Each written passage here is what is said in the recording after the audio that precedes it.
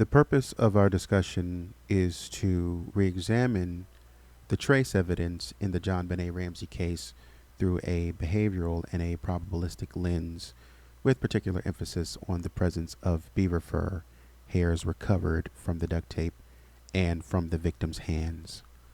While some of our prior analysis has treated these hairs primarily as physical evidence suggesting an external source, this report seems to depart from that approach by evaluating what the existence of such material implies about offender decision making. The central question is not simply whether the beaver fur came from inside or outside the home, but rather whether the behavior required to introduce such material is consistent with the broader behavioral profile implied by the crime itself. When examined in this way, the beaver fur does not merely function as trace evidence, it becomes a diagnostic feature through which competing offender theories can be tested. Stay tuned.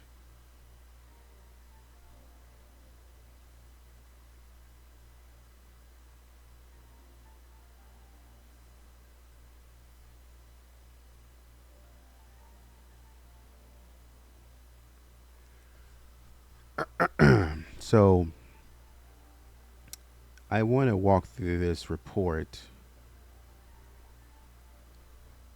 but first, I should probably get there. I want to send a huge shout out to several special people who came and showed me love.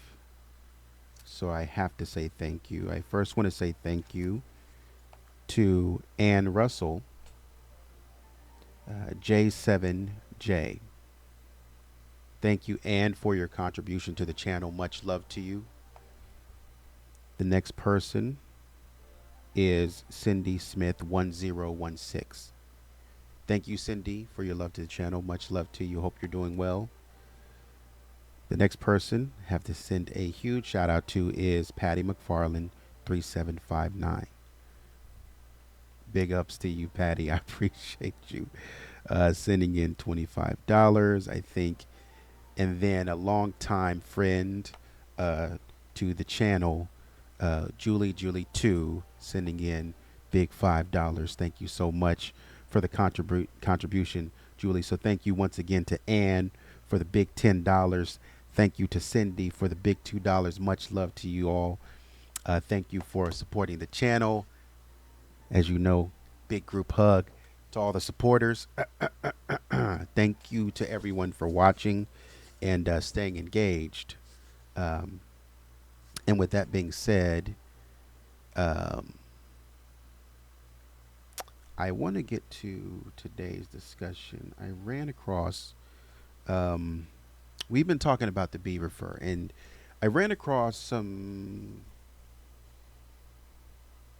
forums, like Reddit forums. I did read them, but apparently there's been a conversation about the beaver fur that has warranted more discussion from other people, as you know, just different sleuths get down into the weeds on this case and just kind of flesh out some of the information that can help us solve this case.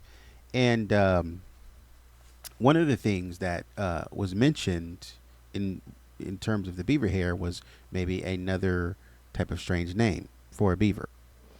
And some of the sleuths, I had to pull up the name, mentioned koi poo, um, which is sort of this large semi-aquatic rodent native to South America, often referred to as nutria, especially in North America, like a river rat.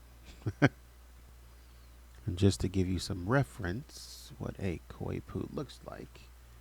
Obviously, you already know, but and obviously, Wikipedia is calling it a nutria, um, kind of something like this. So, kind of discussions. Once valued for its fur, now a troublemaker in wetlands worldwide. The nutria or the koi poo, semi-aquatic rodent native to South America. So,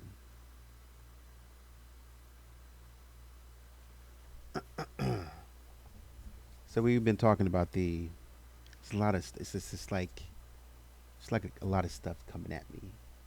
Just trying to think through this. So the court summaries and investigative records establish that the beaver hair was embedded in the adhesive of the duct tape applied to John Bonet's mouth, and that additional dark animal hairs were recovered from her hands.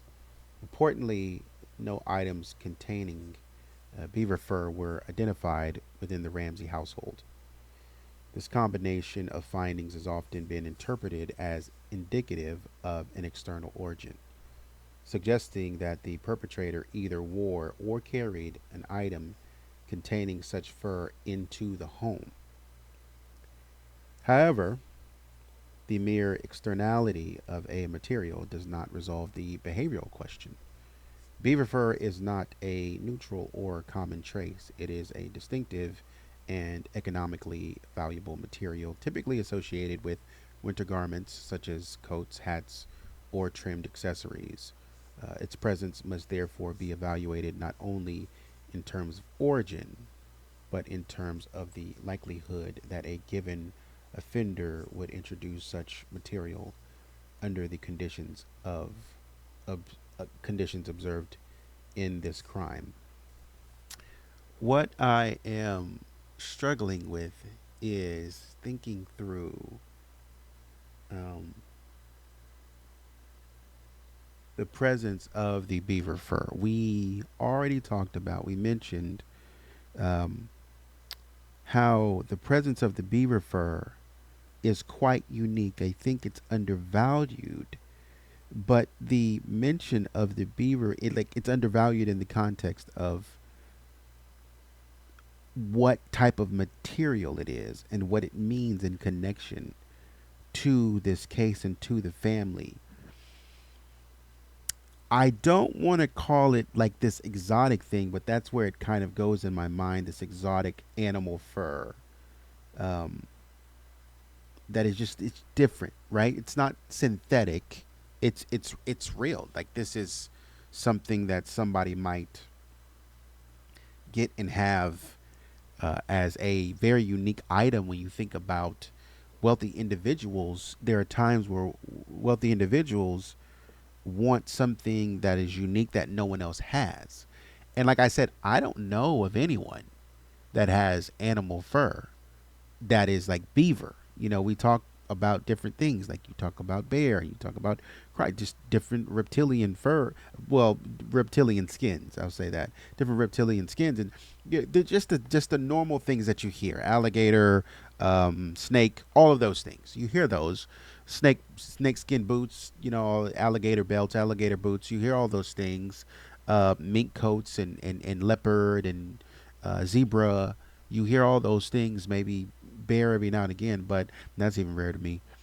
But beaver is like something that I never come across, and even if I came across it, I feel like that would have to be like something that's an acquired taste, in the sense of, why would I want this? Like what about beaver fur would appeal to me that I would wear that, right? And so in my mind as a consumer, there is a conscious decision to say, when in Rome, I bought this because others maybe recommended it to me for a reason. And you're not going to be buying stuff like beaver fur in Atlanta, to my knowledge. You're probably going to be buying it more, most likely you're going to be buying it in Colorado.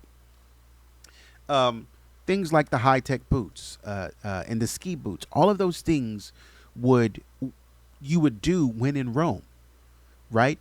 Or if you're in a part of Michigan that is extremely cold and you have the opportunity to ski around. When we talk about the context of the boots, the ski boots, um, and I'm circling around winter garments, um, because what I'm trying to position and understand is Patsy and John are unique consumers. They buy uniquely, right? They buy things that you probably don't hear about a lot, right? They buy um, Israeli wool, um, different mink fur coats, and then something more common being the leopard print. Things like that are more common. But how do you buy it? Is it real or is it fake? One of the things that I noticed is that around certain items, Patsy can get very descriptive, right? And around other items, she's not so descriptive. Uh, it's quite interesting, and it's a little uncomfortable because you kind of feel like, are you trying to throw me off? And maybe if we're not even thinking in the context of being thrown off, it just feels like there is something that is slipping under the surface a little bit more, and maybe for me that might change as I continue to go through this case. My feelings on that might change, but as it is for now, it feels like there's something that is like just right below the surface of what's being told to us. Um, I want to continue to bring up my material here. And you may not see it, so I'm kind of confused on where I want to go with this. I'm kind of confused on what I want to talk about because the structured part of me wants to keep reading this and just trying to stay on track. But like the curious part of me wants to discuss some of the information that I have on some of my other devices. Um, Maybe I can do this, and that maybe this will tell me where to go. So I looked up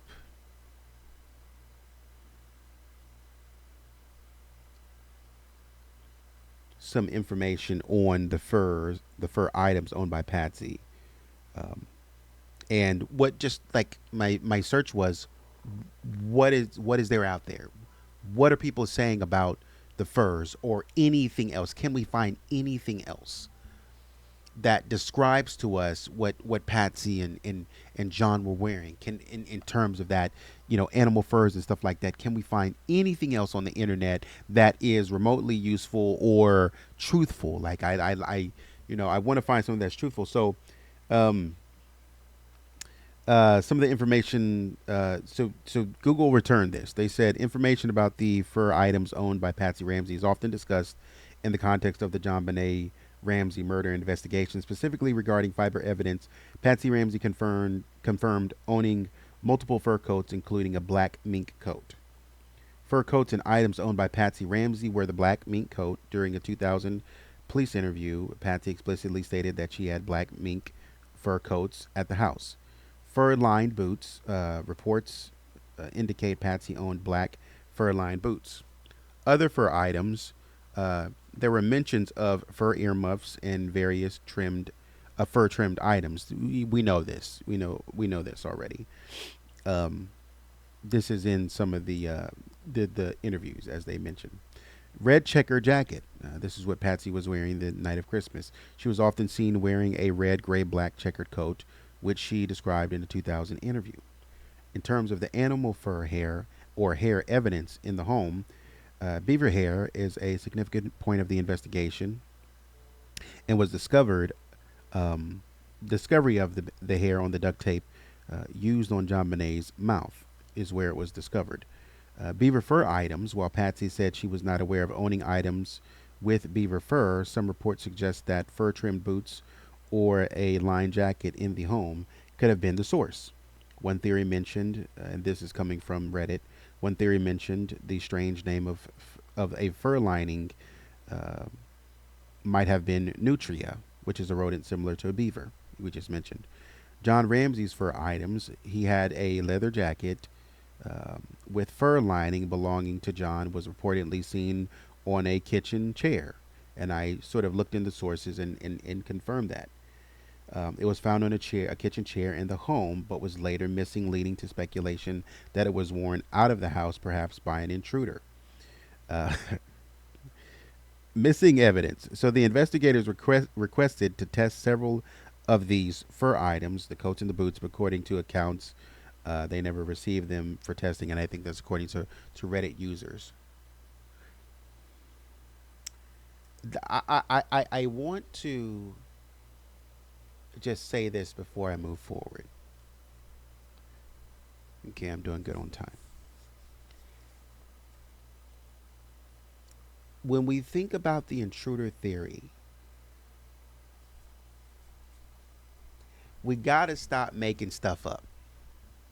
We really do. We have to stop. We have to stop just saying anything. I mean, cuz my goodness, at this point, this intruder, I mean, what was he not wearing? You see what I'm saying? And I say that because when we think about this coat that was on the kitchen chair but was later missing, leading to speculation that it was worn out of the house, perhaps by the intruder. Oh my God. What do you think the intruder needed from the house? So he came inside and picked up Patsy's sweater, dribbled it on some of the evidence and put it back. Dribbled it within the crime scene and put it back. Same thing with John's jacket. Took it and dribbled it around the crime scene when they got back and went to sleep and then put it back. And now, you know, he apparently wore some sort of fur coat that was black animal or dark animal hairs and was apparently made of some sort of beaver hair. And now you're telling me he needs John Ramsey's coat? Why?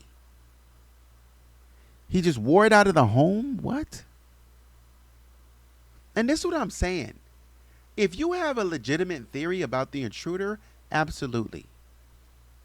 That makes sense. But when you just start attributing random nonsense, I'm sorry. When you start attributing random nonsense to the intruder, like, oh, you know, he saw a pair of pants that John was wearing that he liked, and the fibers from those pants show up on the crime scene, but we can't find them in the house. That means the intruder must have worn them out the house. So the intruder came in butt naked and decided, hey,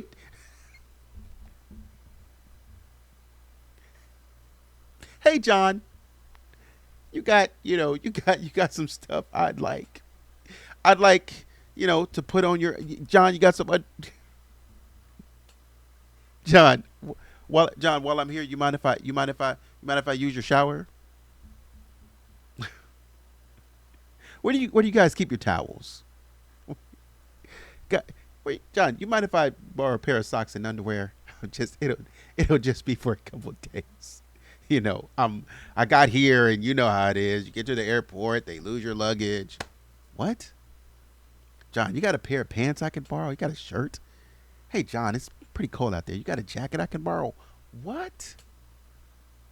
You must be stopped. This is stupidity. I'm sorry. It's ignorant. And I'm not saying nobody I know that I've come in contact with on this channel has said anything like that.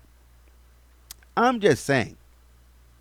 I'm not calling you stupid. I'm just saying this has got to stop. Anyways, some people said, "Oh, maybe somebody wore it outside the house." Investigation results: in the summer of 1997, a detective investigated the home and did not find the source of the beaver hair in the closets, but the investigation into the hair was hampered by not having access to all of the clothing, according to testimony. Hair on the hands. Animal hair found on John Benet's hands was at the time not directly linked to any specific item found in the home. Reading that did not help at all. It just sent my mind into a wider frenzy.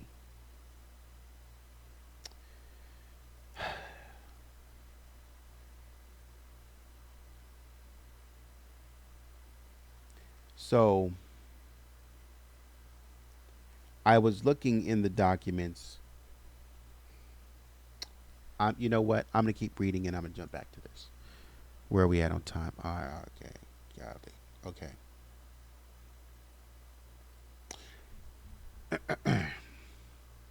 Behavioral properties of beaver fur and their implications. Beaver fur possesses physical characteristics that are directly relevant to forensic transfer. It is dense, composed of a thick insulating underfur and longer guard hairs, and is known to shed under conditions of friction or repeated contact. Okay, let's. As a result, it is highly prone to transfer onto adhesive surfaces, textiles, and skin. In practical terms, um, an individual wearing a beaver fur garment during those close physical interaction, physical interaction, would be expected to leave trace material not only at a single point of contact, but across multiple surfaces. This property is critical. The recovery of beaver hair, both on the duct tape and on the victim's hands, suggests that the source of the fur was involved in direct, repeated, and sustained interaction with the victim and with the materials used during the interaction. This is not easily explained by incidental or passive contamination. Rather, it reflects active proximity. That's why this is so important, because the source of the beaver hair and where it was found, it's not just laying in random places. The way we see this is we're saying, huh, this seems to have been in proximity to the crime scene, meaning that it's important, meaning that whoever was standing here, whoever was interacting with John Bonet,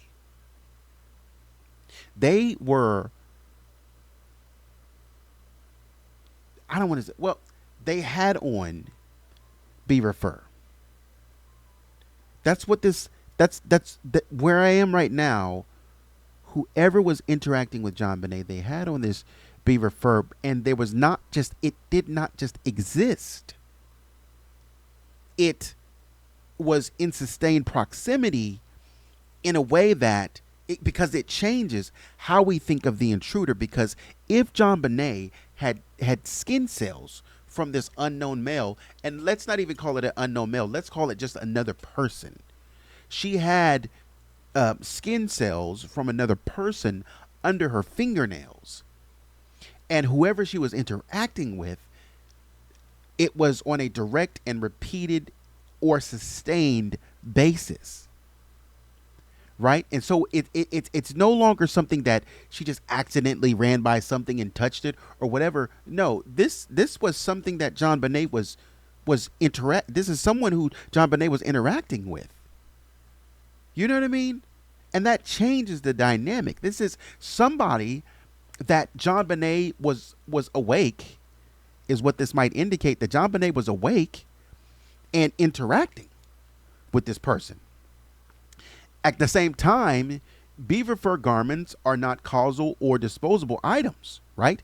Retail data indicates that such garments often range from several $1,000s, with even smaller accessories costing hundreds. This introduces a second layer of behavioral consideration. Individuals committing high-risk crimes do not typically select expensive, distinctive, and high-shedding clothing as part of their operational approach. This is why this is so important, because the clothing here of beaver fur is intentional, right? And this is why I say we are running into a consistent pattern, a consistent wave, to where we see, okay, I see Patsy's synthetic wool, or I see similarities of synthetic wool. Let's not even say it's Patsy's, but I see similarities of synthetic. Okay, that's fine. But then I see Israeli garment, Israeli wool. And I was like, that's going to cost a little bit of money. Let's go. Who would be there? And who would be there? Let me finish my question. Who would be there to say, I'm going to wear this expensive garment to this crime scene, right? It tells us that this person is not interested in hiding themselves. If she can scratch me and get my DNA under her fingernails, I'm not covered up enough. Or I'm doing something to where I'm having too much interaction with her, and that's throwing me off because I have too much interaction with John. But this person had a lot of interaction because I'm saying this because when we think about this, we think about the stun gun. Oh, he must have used the stun gun to knock her out. I don't know about that. Because the stun gun was supposed to be used for a purpose. The stun gun was supposed to be used to put her to sleep. But what we see here is that maybe upstairs, wherever you used it, she was supposed to be sleeping. She was supposed to be out. Meaning, we don't want any problems. We don't want any issues with you. Go to sleep so we can do what we need to do. But when we look at the case, there are like these frictions that are inconsistent with a criminal who would want to get JonBenet and take her outside of the home. It becomes inconsistent in the fact that there is this hesitation. Oh, I have the asset. I have JonBenet. Now let's I have everything here to restrict her and take her out of the home and get the money and demand the money. I have a strong position. But you give away your position by saying, you know what, let's take a break and eat some food. You know what? We're done eating food. Let's now take another break for this inappropriate interaction. Why are we taking breaks? We're to the finish line. And then we use a stun gun to stop her from interacting. Yet, however we're moving, she is able to touch my skin. She is able to touch my jacket or my boots. Because it's on her hands. It's on her hands. And not only because it's because she tried to use her hands to escape. And so there was an interaction prior to her using her hands to try to escape the ligature. And you wonder, what position was JonBenet in? To be honest, that's what we say. Not only before does it seem that the intruder was able to move through the house freely, but it seems like the intruder was able to move through the house freely after taking JonBenet. It almost seems as if the intruder was able to move carelessly without any repercussions to consider. Right? Because let me tell you something. Say you travel and you go on vacation, right? Or you're just traveling and you're driving, you're not flying, right? Because if somebody flies, that indicates, when somebody flies, that indicates to us that they want to get there pretty fast, right? If you're driving from Texas to Montana, or you're driving from Texas to DC, that means you really don't have to be there any specific time, right? If you did, you would just start out early. But that also means that you have a little bit of time to, and I'll come back and talk about this a little bit later, but that means you have a little bit of time to stop and smell the roses and think about, oh, we're going to drive through Mississippi, or oh, we're going to drive through Alabama, and also, you know what I mean? We're going to drive through these states, and oh, we're going to look and kind of see, and we're going to drive through DC and all the way over here, right? You have time to drive around and look. Oh man, because you're not going to drive the full distance without stopping. You got to stop to get gas. You got to stop to get something to eat. You got to stop to get out and stretch your legs. That means you have time to spare, right? And that is the way that this criminal is responding in the home. Oh, I have time to spare. I ain't got nowhere to be. Don't you have to get her so that you can get to the money? Isn't that what you want to do? No. So this person is not money motivated. So what are you motivated by? Oh, I'm motivated by hating John. Huh. If you were motivated by hating John, then why is nothing that John has destroyed? Why is nothing that John has taken? Except for John Bonet, but you could have had Burke. When we look at some of these cases, when there is a direct vendetta against the person, say the target, either that person is attacked or they will attack somebody close to the person, but there will be very clear reasons for that attack. I am getting this person to get to you, right? The ransom note would have never mentioned anything about the United States or John's job, because the writer doesn't have to, because the most important thing that I needed to get, I got. I already have that. So there's no reason for me to write the ransom note and say the United States did this, your Uncle John or your Uncle Bobo did this, or your sweet Aunt May did this. There's no reason to. Because the one thing that I have that is the most crucial to this case is John Bonet. I don't need to mention anything else. You will give up everything for your daughter. I know that.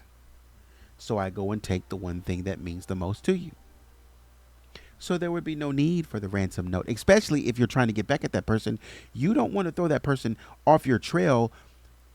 You would, if anything, give them clues to find you. Even if it's that bad, even if you said, come alone. You got a cell phone. Give me your number. I'll call you from a payphone. Come alone. And it will probably be the case that John shows up and this person is there, with John Bonet, and he's like, hey, I have your daughter. Now me and you need to talk. You remember when you did this and that to me. You remember when you did this. You remember when you saw me and you didn't help me. You remember all of these things. Now, how does it feel that I have your daughter? How does it feel this and that? And the person's plan is that, honestly, neither one of you are leaving, because I can't leave any evidence or any witnesses. I have to. That's how that ends. If there was a clear vendetta against John, that's how that ends. And it's quick, it's to the point, and it's sort of cohesive. It's a cohesive line of thinking. Clear, direct. But this person is sort of meandering around the home. Oh, I don't have anything to do tomorrow. I was supposed to get up and go play around the golf with Sam, but Sam canceled, so I really don't have anything to do. I could stay in the house for a couple more hours. No, something's weird.